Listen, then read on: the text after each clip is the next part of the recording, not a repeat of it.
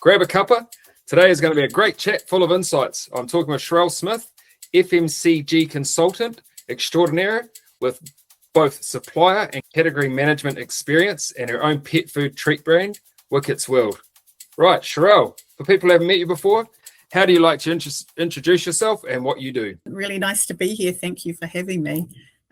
Listen, I'm pretty much a plain Jane kind of girl, but first and foremost, I'd say, look, I'm a nana, I'm a mother, I'm a wife, but also on the other side of that, I'm a creator, a founder, an FMCG lifer. I would go out on a limb and say I'm the Simon Squibb of New Zealand food and beverage suppliers to retail.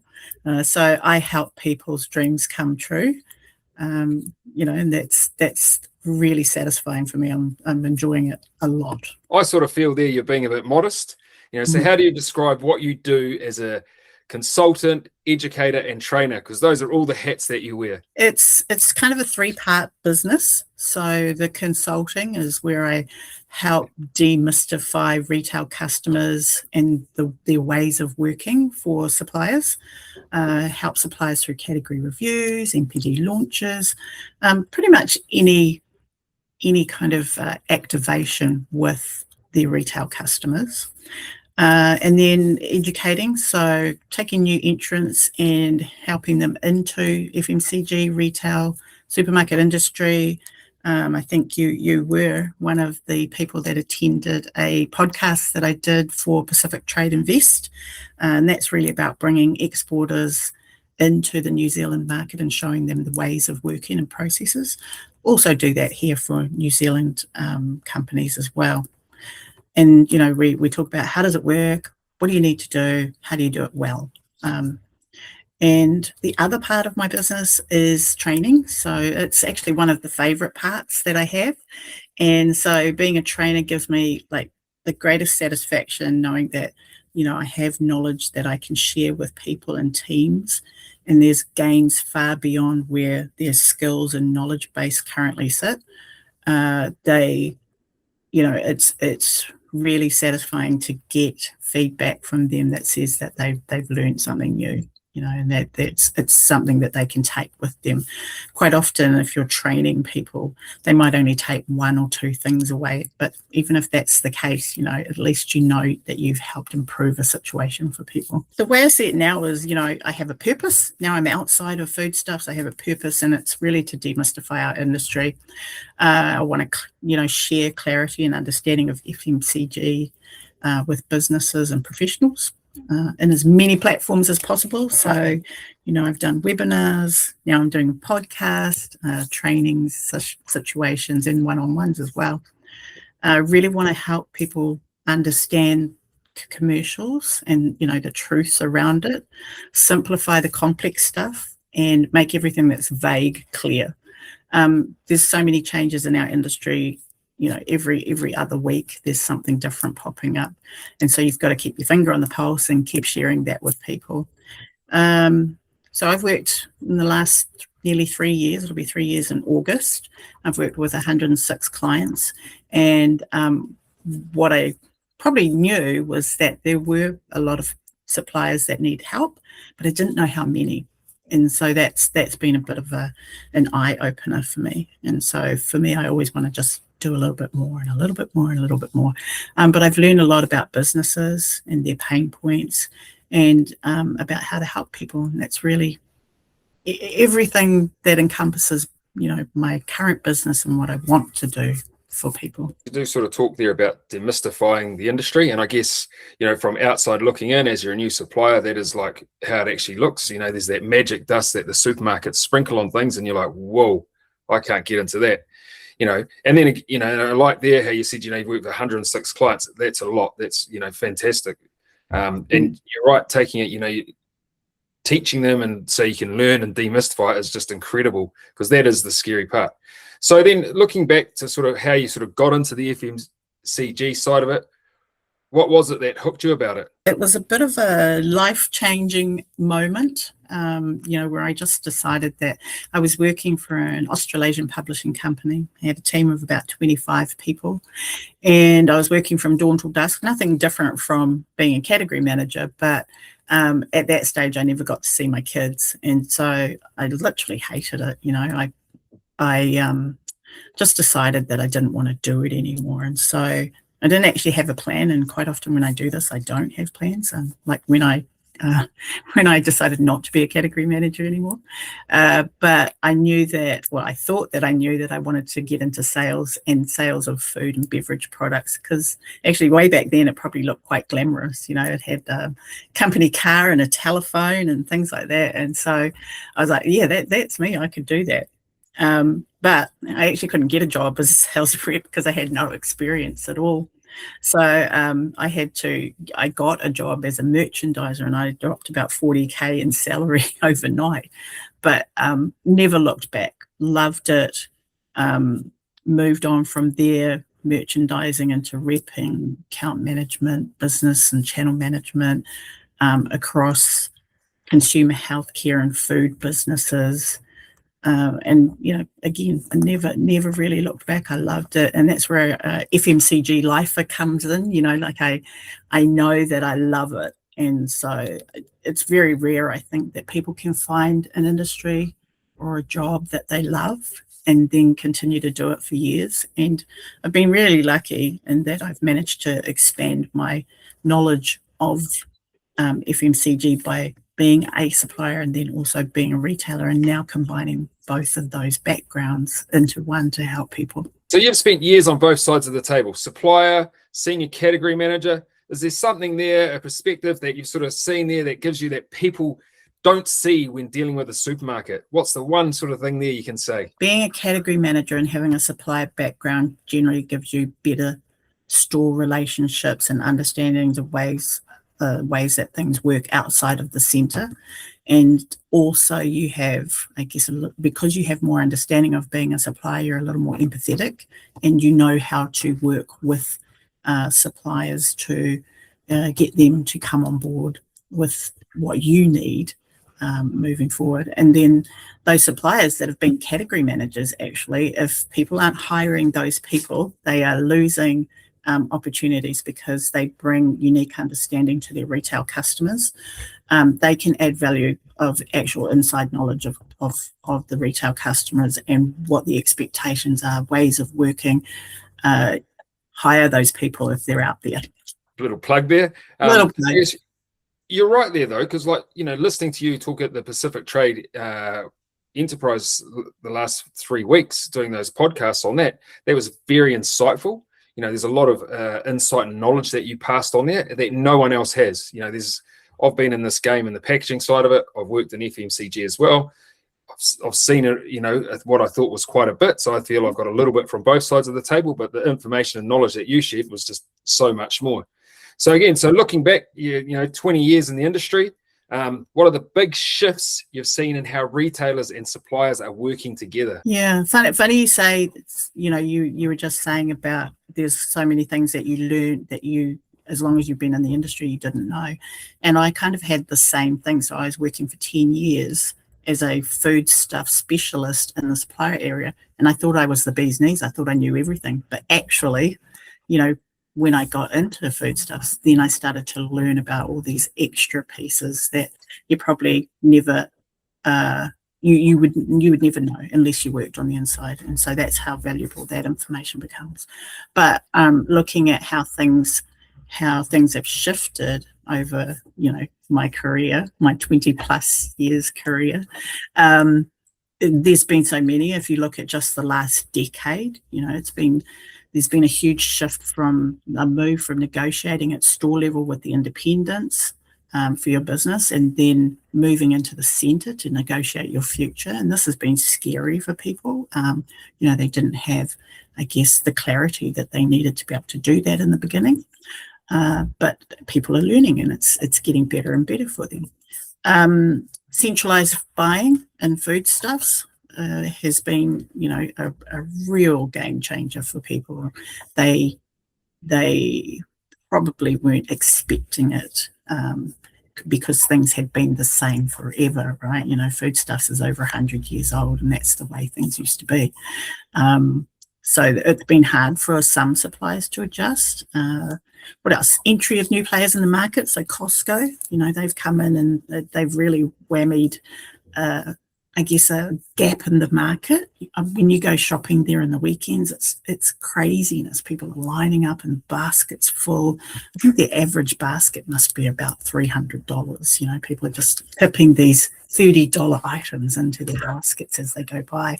And what that says is that I think that there is an opportunity for the likes of Pack and Save potentially to do more, to give more than just a cheaper price of what they could get in any other full service supermarket.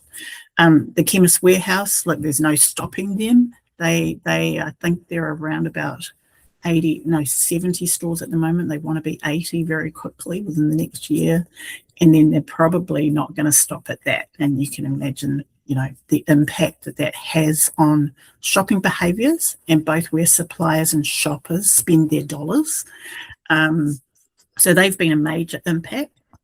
COVID was one of the things that came along and sideswiped everybody. And that's kind of when I started Comments of a Cat Man, actually. The media's been so harsh on people and people that worked in the industry to just try and make sure that New Zealanders were getting what they needed in terms of food at that time.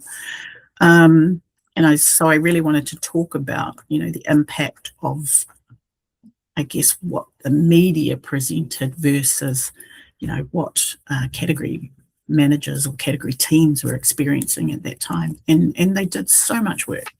But it had such a major impact. People have changed the way that they shop, changed what they buy. And so that's been extremely interesting. And it's moved, it even moves with us now, in terms of the war and the impact that the war is having on us now with the increased costs and freight. So all of these massive events, they really change the way that we do things. Category and commercial reviews and foodstuffs. So many of them were done to a very tight timeline and probably with a shortage of resource and time, and the processes were still being embedded. So it was very difficult at the outset. But I think that the changes there now are coming into play where the category reviews will become a 3-year process rather than a 1-year process or a 2-year process. And so that's a new thing that I guess suppliers should get a handle on and make sure that they're not going to miss out. They're still going to be part of that process. And what is the process and where do we fit? How do we act? And then ironically, Woolworths is now building their own owner-operator model in Fresh Choice. So their plan is to move from 79 stores to, I think, around about 200 by 2035. Don't quote me on that one. That's just off the top of my head. But what it signals is that they're looking to be, a real player in that space. And I have already seen some really great movements there. For instance, I think about 10 of my clients have gone to Fresh Choice and started working with them in the same way that they used to work with independents. And then, of course, there was the merger request with the Commerce Commission for Foodstuffs North Island, Foodstuffs South Island, which was declined. It doesn't mean that's the end of it, and it may still go through one day in some way, but it will have another major impact on how, I guess, the supermarkets act together, but also how the suppliers are impacted, and then even the shoppers, because everything flows down, right? But the biggest one of all, I would say, has been the grocery code and the implementation of the code on regulated grocery retailers, so RGRs, and then most recently the updates. There's a lot of responsibility on the individuals that work for the RGRs, and it's been hard, I think, to find the right ways to work. But I think that, For suppliers, you should absolutely have an in-depth knowledge of the code. What does it mean? What are your rights as a supplier? Where can you get this training from? So the FGC is not a plug, but the FGC actually has a training course that you can attend, and I guarantee that you will learn lots about the code. And, the more knowledge you have, the more confident you will be. Laying it all out like that, you see what's gone on in those past 10 years, you go, wow, yeah, okay, all of those things. And you're like, if you hadn't put them there in one chat, Sherrelle, I think we would have been going, oh yeah, that. But putting it all out there, you go, wow, there's a lot of things that actually have gone on in that past 10 years. And I guess that's the same within life. Yes, definitely the impacts of COVID. Now we're seeing similar impacts with the war. And this, we don't know what's going to happen with this ongoing. Is there going to be a resolution? Are we going to be sorted? Who knows? We have to just carry on and hope for the best. And that information on the grocery code, and again with the FCG, I agree. If people can get in there and do training, it's all about what you know the best you can for all of these things, of course, to help you get it in store and on shelf. I like there how you mentioned the category reviews. What does that mean for someone that's on shelf with it changing from 1 year to 3 years? Does that impact them, or is it still the same sort of style with the sort of 13-week checks that we sort of hear about, where if it's not performing over 13 weeks, it's still out the door? This 3-year change has been announced with Foodstuffs North Island only. It doesn't necessarily impact Woolworths and what they're doing, but what I can see from working with Woolworths is that they are moving some of their less important category reviews to allow their team to make sure that they've got the ability to do the ones that they're the key ones that they're working on and do it well. Foodstuffs South Island are carrying on as is, but with regards to the 3 years, I think it most certainly will have an impact. There always is an impact for every action, right? The 3 years will not impact NPD, so there will always be NPD windows where you can bring your products in, but it may limit the level of success that you might get with ranging. So ranging might be, in terms of compulsory ranging opportunities, might be put off for a number of months, possibly years, while they get to the place of reviewing the range and then creating a strategy and then running the review, which is kind of what the 3 years is broken down into. From time to time, as a senior category manager, sitting there, what did great look like from a supplier across the table from you? Yeah, it's sad to say, but unfortunately, there was only really a handful of great suppliers. What it does signal is that there's huge room for improvement, even now, I think.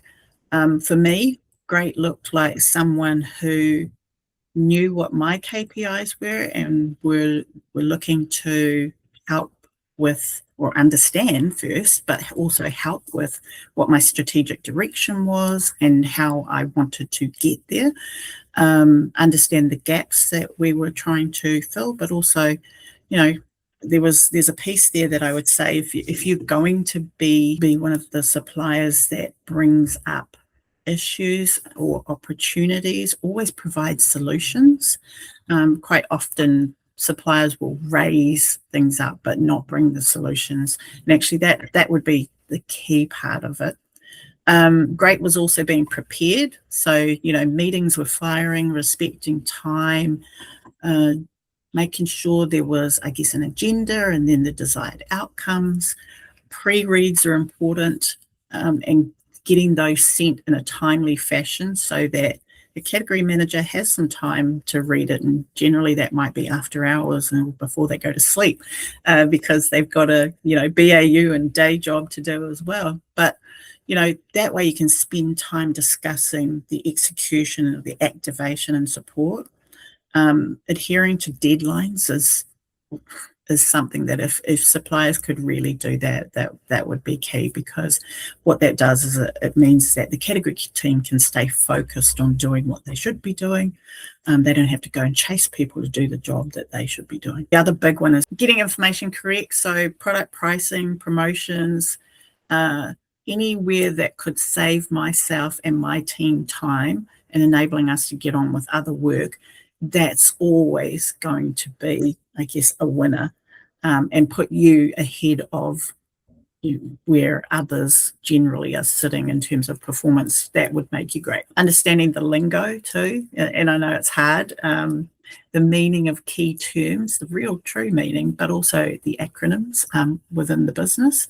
So, I would hazard a guess and say there are still a lot of people, judging by the people that I've worked with, a lot of people that don't know what a trading margin is, or what a RRP is, or promo effectiveness, or how to develop a promo plan or pull together an NPD launch. And so that's part of the work that I do as well, supporting my suppliers. But that's what great would look like for me. Some of those things to yourself probably seem quite simple. But, again, outside looking in, you go, wow, okay, I didn't even think about that. I didn't think about the pre-readings, this. One thing I always find interesting is this internal languages. Everybody has them, and there's like all the acronyms. It's almost like we need a book for every industry or for everything that we do, that you can then have a quick search and go, okay, this means this. You think about freight, or, as you just said, you're talking about trading margins, RRPs, and people will be going, what does that mean? Oh, COGS, this, you get, and you go, wow, there's so many different things I have to understand. What are the most common mistakes suppliers make when they come up for a category review or range discussion? Just, 3. I would say that's a pretty simple one to answer, actually, or at least for me. And 3 major mistakes would be: 1 is going into a category review or range review discussion, not knowing what your customer is looking for. So I've seen a number of instances where the retail customer has shared a strategy, and then people have run off and started, preparing for a category review, a range review, without ever even opening the strategy, or also not knowing what targeted margins might be. If you're nowhere near being in the game and you don't know that, how are you going to get past the post? I probably would say that there are areas where people are just not asking the hard questions. And I advised a supplier one day, ask this question. And he said, are we allowed to? And I'm like, absolutely you are. You can ask almost any question as long as it's not, rude and disrespectful. And that's the how you ask it. But whether or not you get an answer, or the answer that you're looking for, is not something that you can control, right? So you just at least have to ask the question. And I guess the next one is having a presentation deck that isn't longer than the number of years that I've been alive. 8 to 10 slides. If you can't say it in 8 to 10 slides, then you've not done it properly, right? You're overtelling versus selling, and a lot of people overtell, or they just keep pushing and pushing because they've got something in their mind that they want to say, and they don't see the signs, and they don't stop and hear the feedback, and then they don't adjust. So a retail customer comes back to you with feedback or asks a question, and you just keep going. It's like stop and listen, and talk to your customer as if it's a conversation. It's not a situation where you're just sitting there reading, because a category team can read a presentation.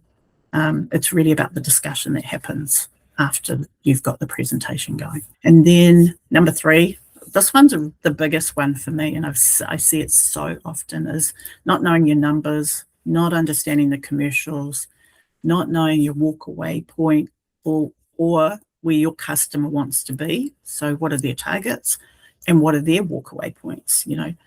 What gaps are they looking to fill, and how? And And then what is their pricing strategy? There's so many different questions that you could raise and ask. Again, you may not get the answers because they may be commercially sensitive and they can't share that with you. But if you don't ask, you don't know. You won't get.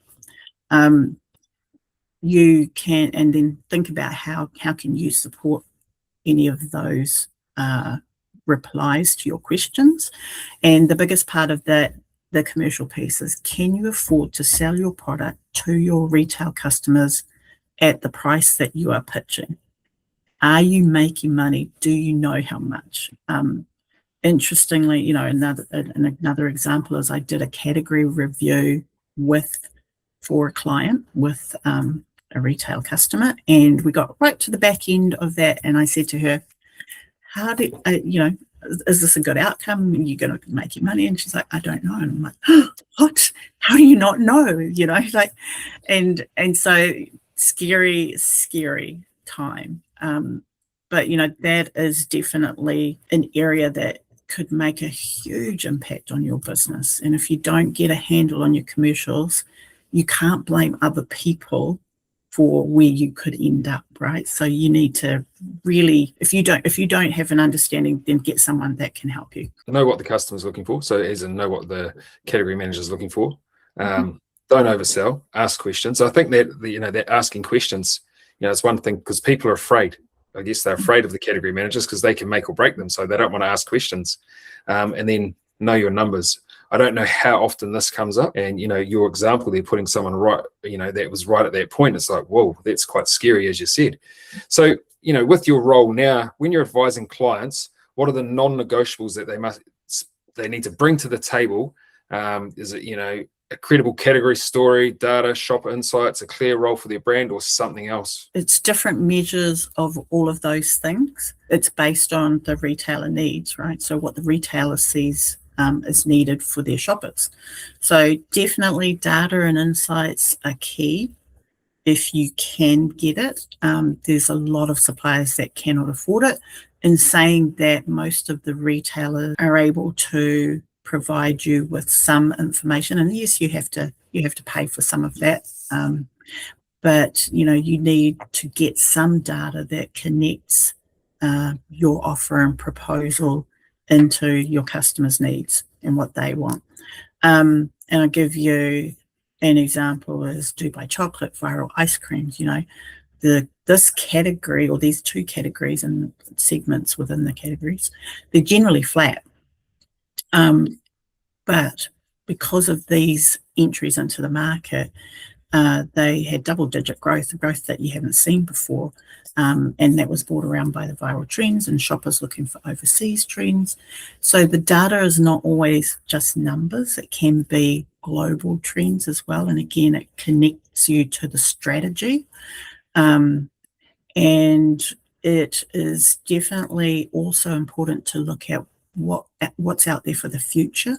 So sometimes people have products when they bring them to market, and they're actually probably more fit for future, and they become the pioneers in that space and probably do harder yards than people who come off the back of a successful, category opportunity. But you've got to keep it connected back to your product. And then there's many small suppliers who can't afford to purchase the data. Talk to your category team, buy some DC reports, buy smaller snippets of data, or get some experts in and talk to your store buyers, owners, your contacts within the industry. The other thing that you probably need to bring about is, being able to tell or have a uniqueness about your product. How is your product different? Who's looking for it? So for example, viral products, again, in chocolate, so ice cream and spreads, who's looking for it? It's all those Gen Ys and Gen Zs and Gen Xs. I don't know, Gen somebody is looking for it. But based on it's all based on global trends, and right now protein is in everything. When I started at Foodies 10 years ago, it was yogurt, but now it's in everything. Beverages, coffee, you name it, we're protein in it right now. but beyond that, what's next? So, I see creatine as being the next biggie. So let's creatine everything. And I think you can see it up in the States already, mostly in beverages. And then, the future also, interestingly, lies with this GLP-1, the diet trends, for instance. So people who are on that medication eating in a different way and eating smaller amounts.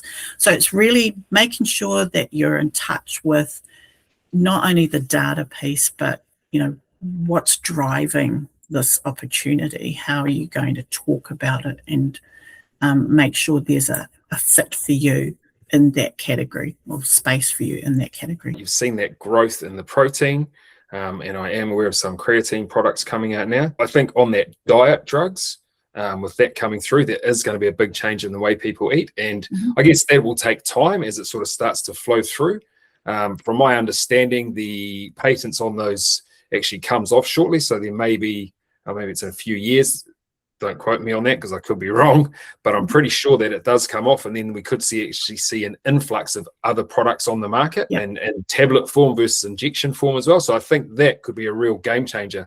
How should small and medium suppliers think about category roles and space when they're up against like large incumbents? I guess it's really a case of knowing where your space is. Are you in seasonal, grab and go, convenience, health and wellness, better for you, pet treats, like with Wicket's world?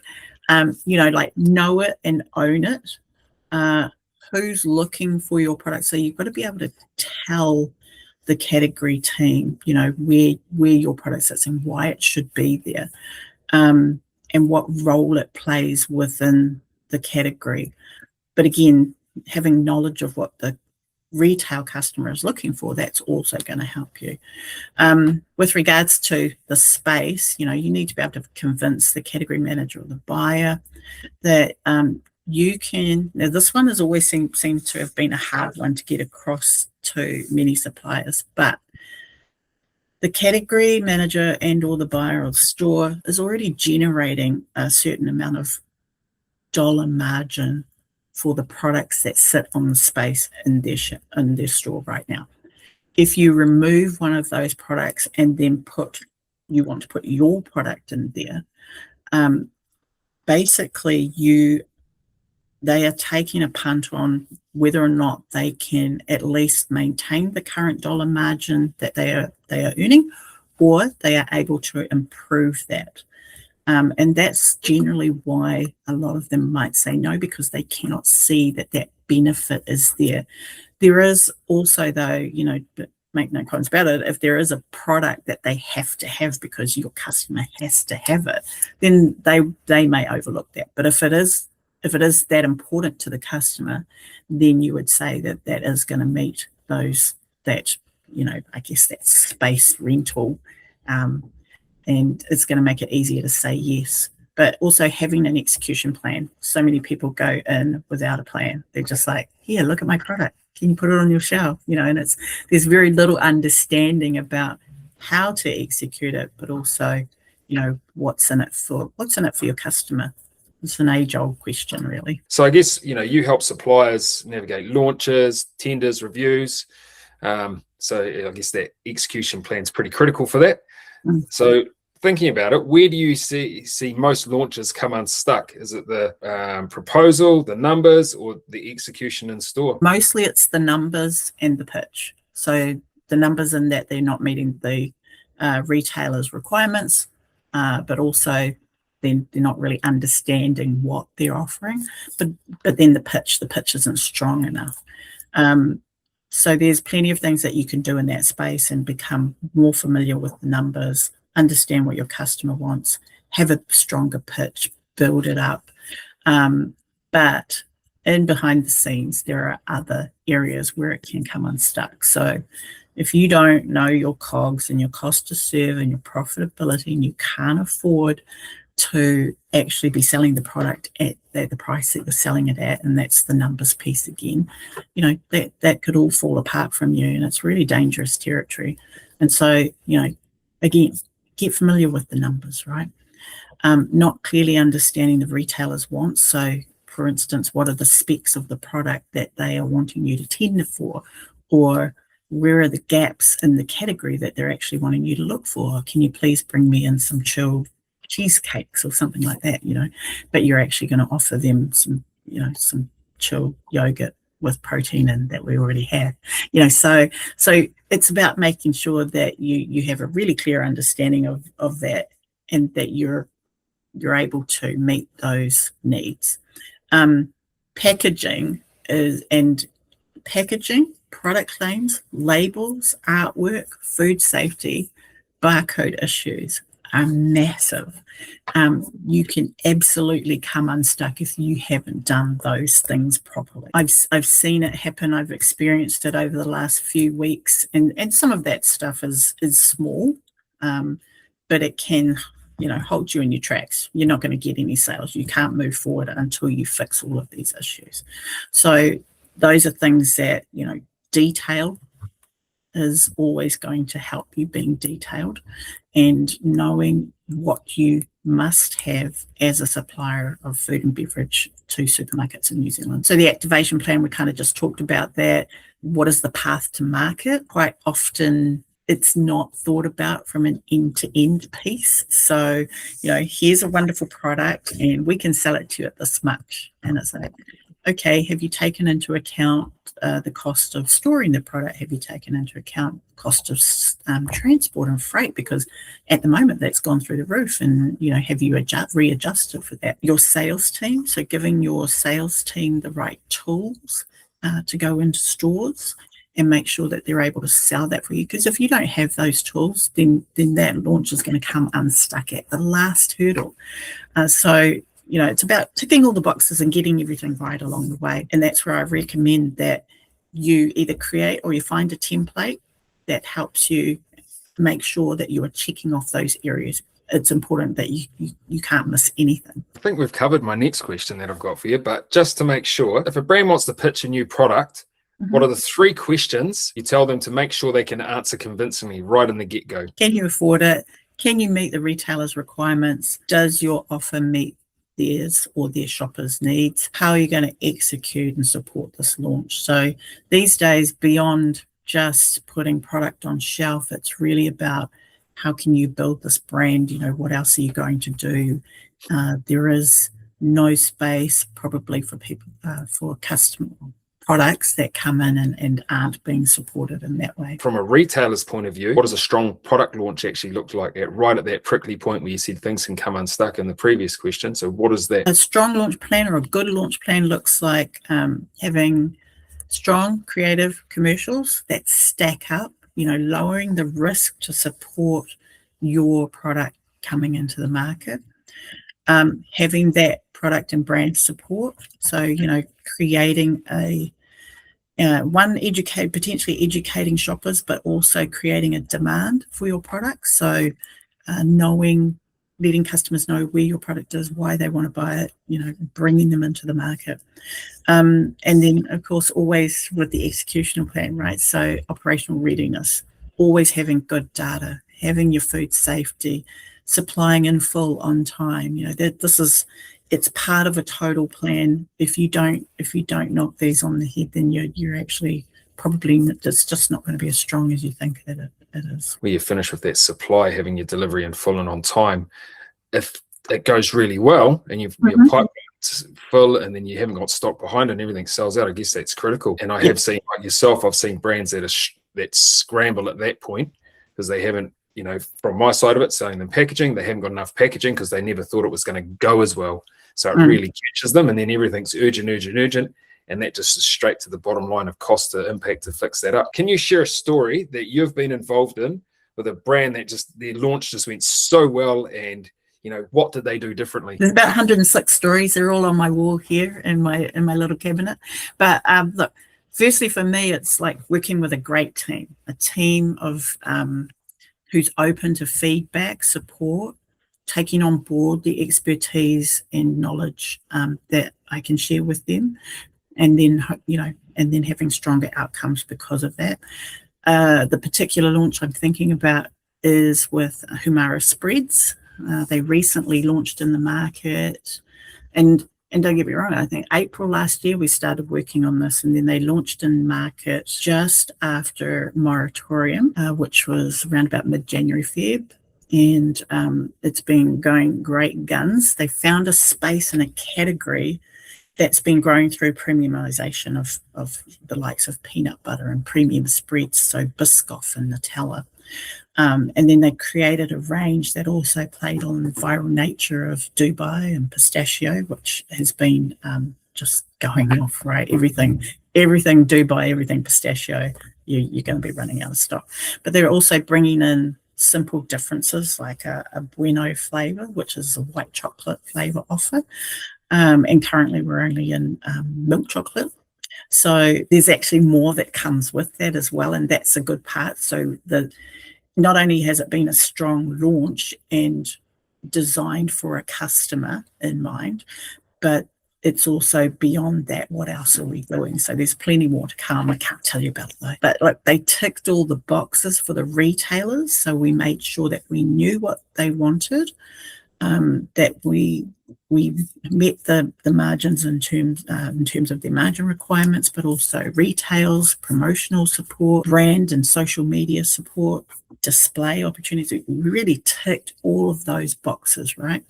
And what that resulted in is compulsory ranging and display commitments by the retail customer, working closer with those suppliers and retailers together on projects of interest for the future. So not just sitting there and, again, just bringing more products in. It's about making sure that, they're interested in these products, understanding what else they're interested in and where else can we build this. And, the other real big challenge is keeping those current shoppers, but also bringing on more. So what are those, what is next in that space? How do you keep them interested and keep them coming back for more? Because that's the key, right? Making sure that we've got longevity on shelf, and that we are working with a retailer in a space that they want to work in. I've actually tried the Bueno one, so I'm quite partial to that versus other flavors. So you said you've got some more coming on there. So look, up, yeah. I've put my hand up and I'm saying, hey, if you want to send some of these new flavors, I'm prepared to take one for the team and give some taste testing. Yeah, look, I'm sure that I can organize some of that for you. You spend a lot of time helping suppliers understand retail processes, the pricing, promotions, reviews, new products. What do you think are the parts that they underestimate the most? Always the timelines, how long everything takes and how to get through that. Oddly, suppliers expect that a new product launch might be done in, a number of weeks, but actually it's more like months, and a category review probably should stick to all the timelines that have been published, but actually that's not always the case either. And so, what I would be an advocate of is don't email that person 74 times in 1 week. Email them once and maybe, give them a call. Just be more patient if you can. You shouldn't miss out. I'm sure you won't, but that's one of the biggest things that suppliers underestimate is the time that it takes to get everything done. They also underestimate the importance of having good data. So product information is, it always seems to be a potential issue for more than half of the clients that I've worked with in terms of not having good data for the system and then inputting it, and then it's wrong, and then you've got to do it again, and then you're using up other people's precious time and resource because they have to drop what they need to do to come and help you fix information that belongs to you. You'd be surprised how many people that I work with as a category manager who didn't know their own list price, or they didn't know their own barcodes and things like that. Really simple things. So become your own expert. Be the expert of your product all the way through. Price competitiveness. So, understanding what your competitor is doing, but also what your retailer's competitor is doing. Understanding price indexing. How does that work? Very much something that I think as suppliers, they don't look at the entire market and, create a price hierarchy that then gives them all the information of what they would do with any particular customer. And so I think that's actually a massive opportunity. Be the expert of your product. Know everything about the price competitiveness. Create that pricing structure and the hierarchy. Feel like I'm learning even more from you now, and these are things I sometimes miss. So expanding from that, how important is it for suppliers to really understand things like their material makeups of their packaging, the GS1 standards, barcoding, product data, and what happens if they don't? Probably an area where suppliers need to do better in terms of research beforehand. So most retailers have sustainability goals. They have minimum standards when it comes to packaging. Corporate social responsibility is important as well. And not meeting or being able to meet those minimum requirements could actually stop you in your tracks, and you'll have to go back, and that's going to be costly and redo things. Interestingly, we were just talking this morning about a client who, rather than get GS1 barcode verifications, the client had checked with an app that potentially isn't really going to be acceptable. But what, the advice that we gave them was basically, do what the customer needs you to do. I highly recommend, having accurate product data and using GS1 services. And that's because, with one of the major retailers, it's mandatory. With the others, it's preferred. So why wouldn't you use those services? And their standards are world renowned. So, once you have verification that the information that you have is correct, then you can use it anywhere else in the world. If you don't have it, it's going to hold up your plans, your progress. Errors are going to, erode your retailer trust, and may impact your current but also your future work together. Someone's come to me after the fact and said, oh no, we need to be in a supermarket and they require this. The product needs to be compliant to this for our packaging. It's not.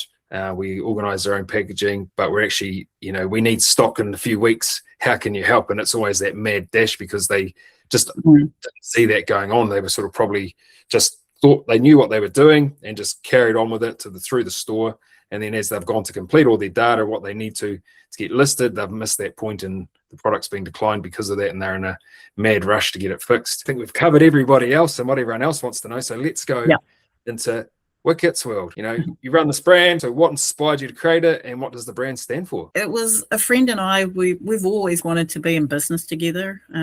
We actually thought about chili oils or chili sauces and things like that. But somehow our love of dogs brought us together and put us in this space where, we were interested in better food for dogs. Wicket's World is named after the naughtiest dog on earth. That's my little Shih Tzu, the one that you heard barking just running out the door. One day I see it as being potentially an umbrella brand for cats and dogs, and having healthier treats. It was inspired through the want to create something good for animals. Is your Shih Tzu named Wicket, is it? Or is that just...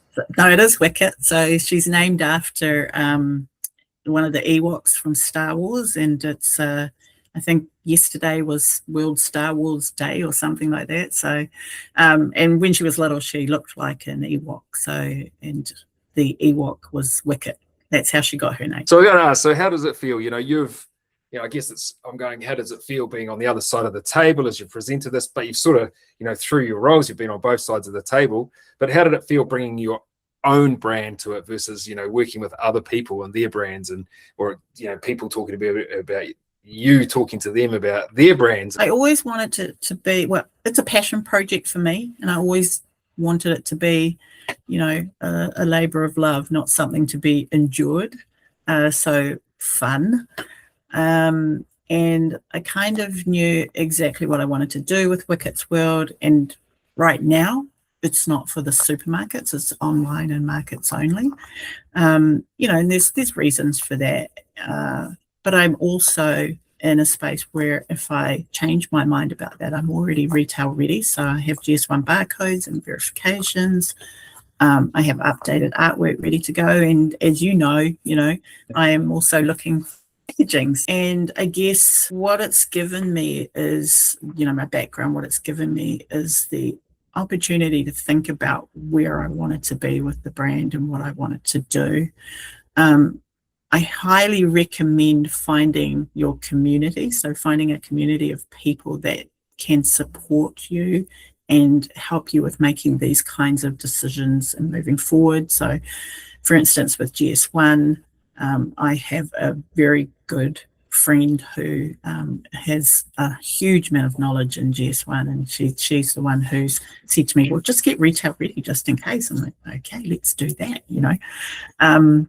And so I guess it's also given me insights and the opportunity to talk to experts within different areas. You've built it. So is there anything you've sort of learned from it that you can bring back to your consulting and working with other brands? Time and patience. And so learning to take the time to get it right and do it well, and knowing the importance of having a plan. And so I'm always harping on at suppliers about having a plan, but also embracing the learning that comes with launching your own brand and building your own brand. There's always someone around that wants to help, is willing to help and give you tips, tricks, you know, feedback, help you with issues and opportunities. So I guess that kind of comes back into the consulting piece now. I feel that in New Zealand we are quite helpful of small brands, but it's that not being afraid to ask and looking for it, and then you do find that community. You mentioned that earlier as well. With that, is there anything that surprised you about consumer response to the realities of running a small business? Mostly out there, there's a real and genuine positive feel around supporting small New Zealand brands, and actually Kiwis are so good with that. It's great. Probably more empathetic to all the challenges that suppliers face now, but I'm also really realistic around it, you know. So yes, it's a challenge, but you still got to get on with it and fix it and move forward. Some people tend to put it to the side and just wait for it to snowball a little bit more and maybe not address it head on. So, you know, we had a chat a few weeks ago, because this is now we're interested for my pets as well. It's like, you know, you said just some more lines coming up. So how far away are they, so we can try those to see if they bring the benefits for our fur babies? So I've had initial discussions with the current contract manufacturer, and there are a lot of opportunities, very cool stuff that I haven't seen in the market that they are developing. But unfortunately, with the huge workload on, I have to say that it's kind of a fair way away. So months, maybe summer, but that's a good thing because it gives me more time to plan and do it well. And, you know, like, it's the perfect time to launch products too, summer. Did you know there's actually a dog market? There are actually dog markets. So markets in Auckland and outside of Auckland that are specific for dog products. And it's huge. It's really big. I'm gonna send you an invite to the next one. I'd love to go. That'd be awesome. Yeah. Knew that. You to come and spend lots of money. Yeah, easily, because it's for the babies. You know, because they become your children, don't they? And that's why you do, and you treat them so well. When I talked to John O'Cox as well, you sort of listen in his podcast where we're talking about the humanization, and that's just how we feel about our pets. From a small supplier looking to get on the shelf or grow their footprint, what should they focus on first? For me, it's always going to be about making the numbers work. You know, if you can't make the numbers work, you're always going to be scratching. You're always going to be, you know, striving to succeed or survive. You're never going to get to that place where you're thriving, or it's going to be a lot tougher. And then the other important piece is, you know thy customer. If you don't know your customer, what are you going to do? Get on their website. I remember a story where I used to ask suppliers all the time, actually, when they came to a meeting. It's like, have you been on our website to have a look at, you know, what we do, how we do it? No. And I was like, why have you not? You know, I didn't say that, but in my mind, I'm like, why have you not? How are you preparing for this interaction or building a relationship with us if you've not even done the basics like that? So highly recommend getting online, you know, doing your own research, get to know thy customer before you roll up and try and have a meeting with them. Preparation, and they don't looking on the website and stuff. So, and then again about the freight costs. So you think about now, is it time, you know, people are probably having to negotiate around this pricing because it has sort of carried on. Yes, you would have had a bit of coverage in there for a bit. So when you think about negotiating with retailers today, what is the mindset preparations, the biggest challenge, biggest difference that they need to have for it? Negotiations are one of the fun parts, the pieces that I like doing the most. And if you are prepared, then it will definitely help you get through that process. It'll give you more confidence to deal with things that come up during the negotiation process. But again, you're starting with, what is your walk away point? Know when to walk away. Not every opportunity is an opportunity. It doesn't mean necessarily that you simply walk away from the table and the negotiation's done, although it could get there. What it does mean is that this is a no, but there might be something else that we can do together, right? So you're still negotiating, just in a different way. And if you start from a place of knowledge, which is where you go and do some research about your customers and you talk to them and you ask them questions, then you've already got that confidence that, I know what they want. Win-win, hard to get. Win-win. Yeah, hard to get those ones. And I guess, you've sort of mentioned it multiple times, is know your numbers. And I guess it's knowing around your numbers as well. So you're talking there about the negotiations from the different points to make sure. So it was a walkaway point, but there's other ways to make the deal work, and getting a win-win. Perfect. This is going to put you on the spot. What's one myth about dealing with supermarkets that you'd like to debunk? Look, there's a few things, but I would say, from hearing feedback from suppliers right now, many feel like there is no opportunity for them to improve their situation. And I think that having a better understanding of your retail customer is actually going to improve your situation. Coming in with a positive mindset, regardless of past experiences, is always going to help you open up and have them open up to have better discussions and better understandings and better outcomes.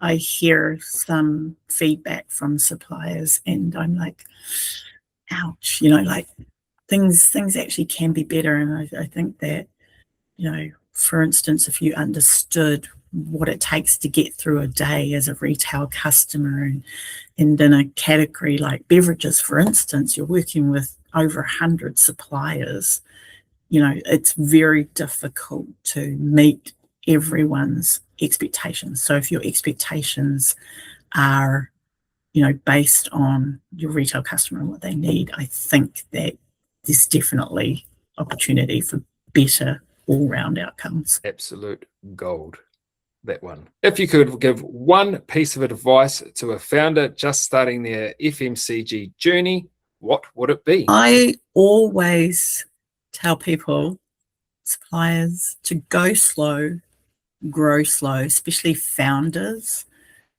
Be patient and be accurate. Take some time to enjoy the journey. So it's really interesting how people just, they'll get a win and they'll just fly straight over it because they want to get into the next thing. And, if you really want it, don't give up. Grow stronger business partnerships through knowledge, and you will gain confidence. The reason that I say go slow and grow slow is because sometimes people tend to go too fast and they want everything to happen today. And my product is so amazing that, it's the next Lewis Road chocolate milk. And very rarely do people have those types of unicorn products. So even Moody, for instance, we talk about Moody seemed to just come onto the scene and explode, but I'm fairly sure that the Moody team, have done a lot of work in behind the scenes to bring that brand to life. And supermarkets, don't forget, it already existed in an online capacity. And now you're seeing those things extend out. I think, if it's okay with you, I want to have a big shout out to Catherine from Polybites. So I've been on the journey with her, as she's a founder, moving into supermarkets for over a year now. So we started working together, and I was introduced to her by Pacific Business Trust, who support businesses like Catherine's. And basically, she rang me last week to tell me that she had finally got her first ever supermarket order, and she was wrapped and she was over the moon. And And I can tell you that, there's been times along that journey where she was like, I just don't know. I just can't do it. I'm just tired. And she just kept going and going and going. And now she's gotten to that place where she's actually achieved that dream. And that's kind of where, again, brings the consulting piece back in. That's what I do. I help people achieve their dreams. And then just one more shout out to